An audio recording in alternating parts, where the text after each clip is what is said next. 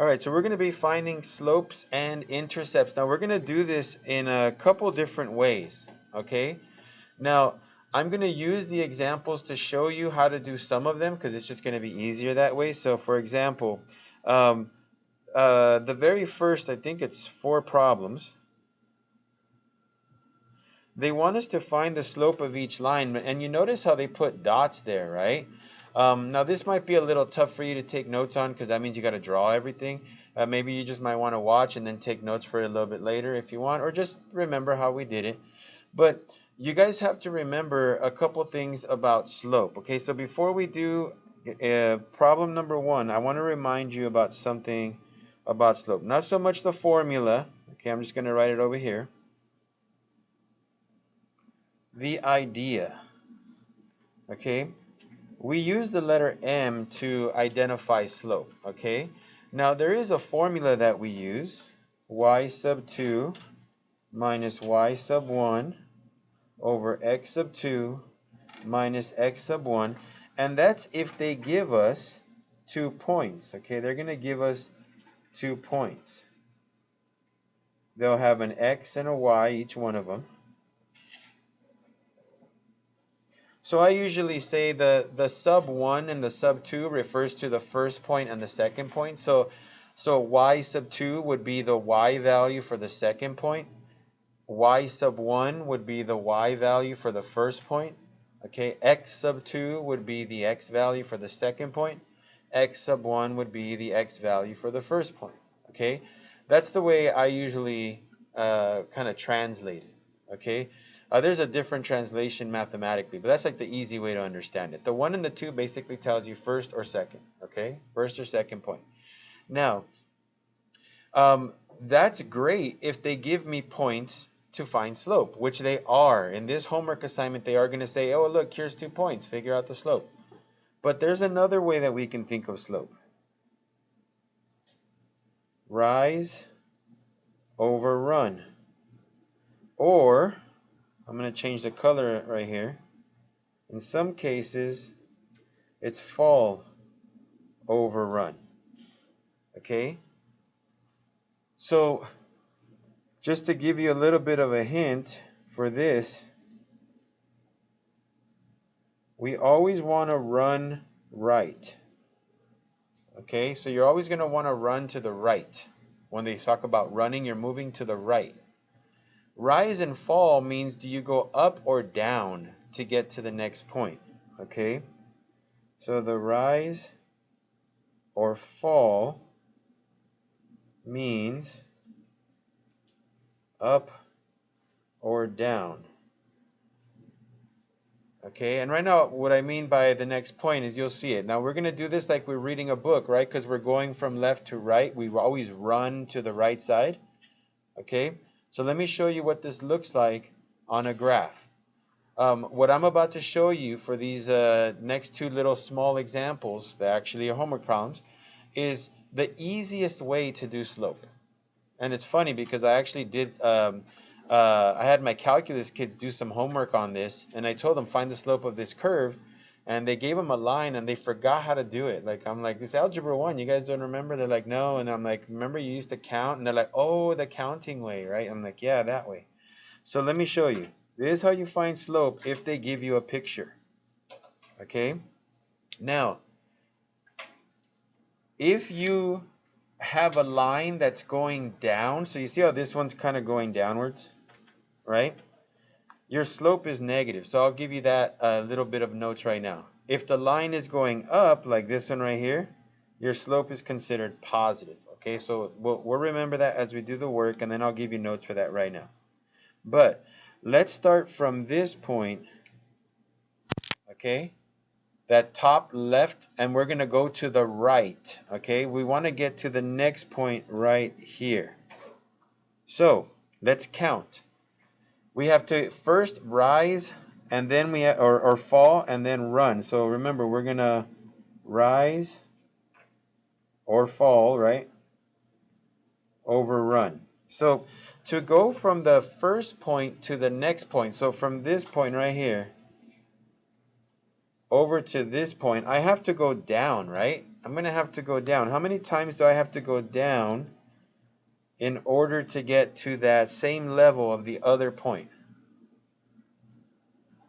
How many times am I having to move down from that first blue point to get to the same height as the other point? 2. So I'm going to put 2. Now, from where I stopped right here, how many times do I have to move to the right to get to that same position? You know, so that would be 1, 2, 3, right?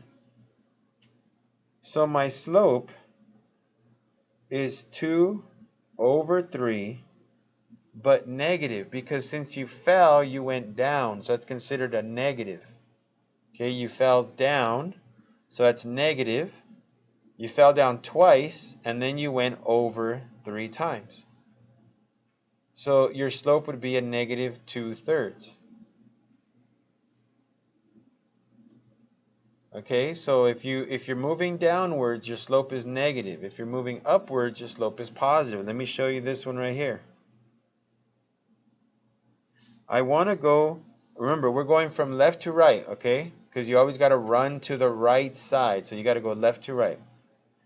I'm going to go from this point here to this point here. Do I have to go up or down to go from the left point to the right point? Which way do I go, up or down? We're trying to go this way. Uh-oh. Give me a second. All right, so like I said, in order to get from this point over to that point, we have to go up. How many times do I have to go up? Let's see. 1, 2, 3, 4 times, right? And then from there, how many times do I go to the right? 1, 2, 3. So my slope is up 4 over 3, and since it's going up, it's going to be positive. Okay, this is how you find slope using pictures. It's the easiest way because all you got to do is move up or down and then go to the right and just kind of figure out how many times you had to do that. Okay, you don't have to draw it the way I do it, but I mean, some people like to kind of trace their fingers, some people like to use a pencil. Heck, the way I learned it, just so you guys know, my teacher used to say, look, draw a triangle. Here's your triangle. What's the height of the triangle? Well, it's 4. What's the base? 3. Okay, so you got a 4 over 3. That's the same way. You can draw a triangle if you want. Okay? Some people do it in their head. Now I do it in my head. I don't do triangles anymore. But, you know, whatever works for you, use it. Okay? If you just want to do it mentally, do it mentally. Okay? So notice you have 2 other problems like that. One that's negative. So that question number 2 will be a negative answer. Question number 4 will be a positive answer because one's going downhill, that's negative. The other one's going uphill, that's positive. Okay? So that's one way you can do slope. Now, the next 6 questions, they give you a different set of information. They say, look, here's some points. Can you find the slope with these points? So I'll do 2 of these problems. I'll do 9 and 10 because that's going to give me the most room. Okay? But if they give you 2 points, then guys, you're going to have to use this formula, okay? I'm sorry, not y. M equals y sub 2 minus y sub 1 over x sub 2 minus x sub 1. Okay? That's the slope formula. So I'm going to kind of zoom in on number 9. Now, this is what I always do. You don't have to do it if you don't want to. Well, I don't do it anymore, like I said, but when I learned this stuff, this kept me kind of like looking at the right numbers.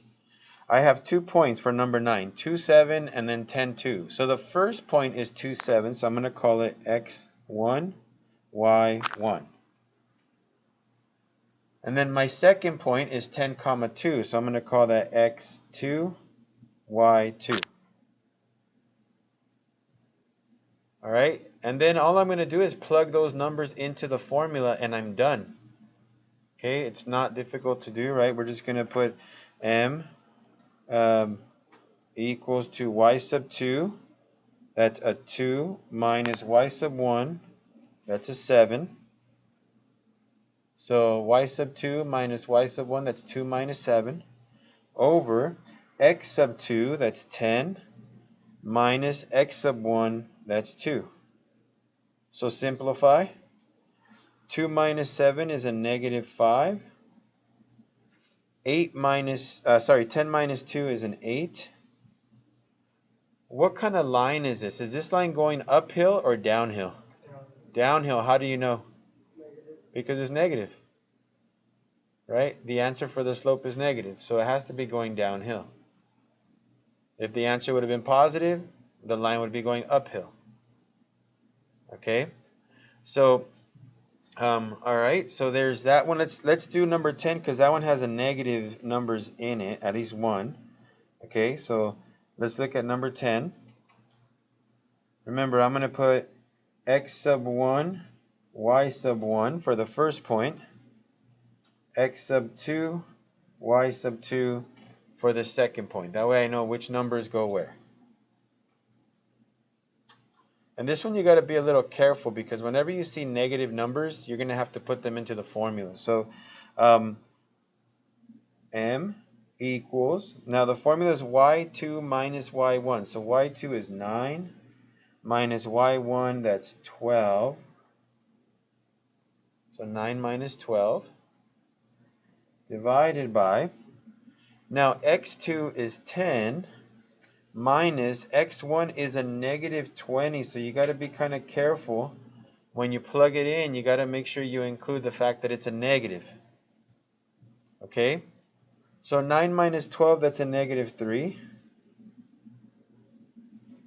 And then the bottom is 10 minus a negative 20. That's really 10 plus 20.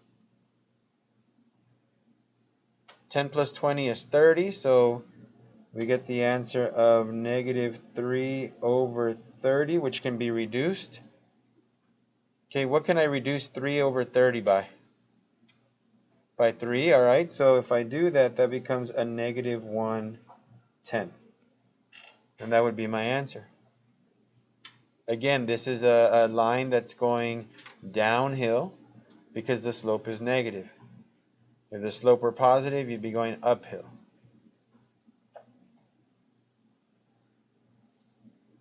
Any questions on any of these so far that we've done? These are numerical calculations, okay, where you're actually using a formula to find it. And then the ones up here, you're just literally counting, right? Just 1, 2, 3, 4, and 1, 2, 3, right? So you're just counting. I know that was kind of small there, but just counting the stuff by hand. You don't have to calculate anything. Just count how many spaces you got to move, either up or down, and then to the right. If you move up, you keep the answer positive. If you move down, the answer is negative. Okay? So the last part of your homework has to do with intercepts, okay? And it's all intercepts. I know this is pictures up on top, and these are equations, but they're done the same way, okay? So let me show you what they want for these. Let's look at number 12. But before I do that, let's talk about x and y intercepts.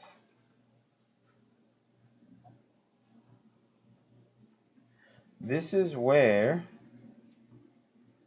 the line crosses the x and y axis. So whenever you draw a line, it's going to cross the x and y axis, okay, at certain points. They want you to figure out where those points are found. Now, the way you do it is by doing the following.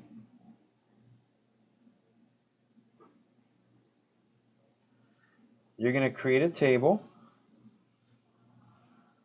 okay, and on that table, you're going to put a 0 for y on one of them, and a 0 for x on the other one. And you're going to do two different calculations. One time you're going to calculate what the answer would be if y is 0. One time you're going to calculate what the answer is going to be if x is 0. Okay, so we'll do one of these problems or two of these problems and do the graphs. I'm not going to do the ones down here on the bottom because those don't require you to graph anything. They're actually easier than the ones up on top. So we'll do two on the ones on top. So let's try number 12. Okay, like I said, we're going to do number 12. So this is what I'm going to do. I'm going to create a chart like this. And now I got to fill in the blanks, okay? So this is the way I used to do it. I would say if y equals 0. I'm doing the chart really quick. If y equals 0. Now I'm going to plug that 0 into my equation, okay, into this right here. So 3x minus 5 times 0, because remember if y is 0, equals negative 15. Now 5 times 0 is nothing, right? It's just 0. So you got 3x equals negative 15. So if we divide both sides by 3, we get x equals to negative 5. So I'm going to put that on the chart, negative 5, 0. That's a point. Negative 5, 0 is right here. Okay, negative 5, 0. Now let's do if x equals 0. So if x equals 0, we're going to plug it into that formula again. 3x minus 5y equals negative 15. So it would be 3 times 0 minus 5y equals negative 15. Well, 3 times 0 is 0, so it's going to disappear. You just get negative 5y equals negative 15. If I divide both sides by negative 5, what do I get for my answer? What would that be? Negative 15 divided by negative 5? 3, right? So I got 3. I put that there. My point is 0, 3. 0, 3. Now, I just found my x and y intercepts. So remember how I showed you that there were two problems at the very end that they don't have any graphs? They're just going to ask you to find the intercept, so that you're going to basically say, here it is. I found them. One of my intercepts, this would be your x-intercept on top. This would be your y-intercept. Okay? One of your x-intercepts would be negative 5. Your y-intercept would be 3. Okay? All you got to do now is just draw a line. So you guys will have options to choose from. Okay? But that's it. That's all you have to do to find your x and y intercepts. I know it looks like it's a lot, but honestly, you're plugging in a 0, which is the easiest thing you can do in algebra, is plug in a 0. Okay? It's when you plug in other numbers that things start to get complicated. The zeros make things disappear. Okay? So let's do one more of these. That way I can give you guys the rest of the time, which isn't too much because it's short today, to kind of just work on stuff. So I'll let you have 11 since it's a lot like 12.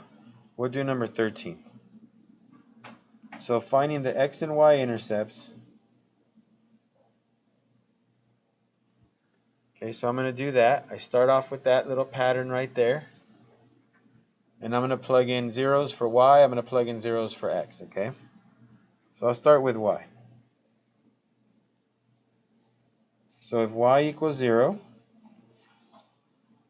I get 2x minus a 0 equals to 2. Well, that's just 2x equals 2. So if I divide by 2, I get x equal to 1. So there you go. 1, 0. That's one of my points, okay? 1, 0. That's my x-intercept, because notice it's on the x-axis, right? So that's my x-intercept. Now let's find my other intercept. I'm going to plug in a 0 for x. So if x equals 0, So 2 times 0 minus y is equal to 2. 2 times 0 goes away, so it's just negative y equals 2. Well, you can't have a negative y, so you're going to divide both sides by a negative 1, or some people just say flip it, like that. So y is negative 2, so I'm going to put that right here. 0, negative 2. That's my y-intercept. 0, negative 2. Remember, the top one is your x-intercept. The bottom one is your y-intercept. And just connect the dots. And you're done with the problem. So number 15 and 16, they just want you to find the x-intercept for 15 and 16. In other words, just do the top part, this part right here. Let y equal 0 and solve for x. So I'll just give you a little hint here. Let y equal 0 for this one. And the same for that one. For number 15 is going to be y equals 0. The number 16 says find the y-intercept, so that one you're just going to let x equal 0 for that one. So it's half the work. That's why I didn't want to do those, because it's just half the work. I'd rather show you the ones that actually have a lot of work to do. So there are 3 different ways that they're giving you guys ways to find slopes. One of them we talked about, using pictures. Okay, we did that one. Or using a formula. And then the last one is by finding x and y intercepts. Okay.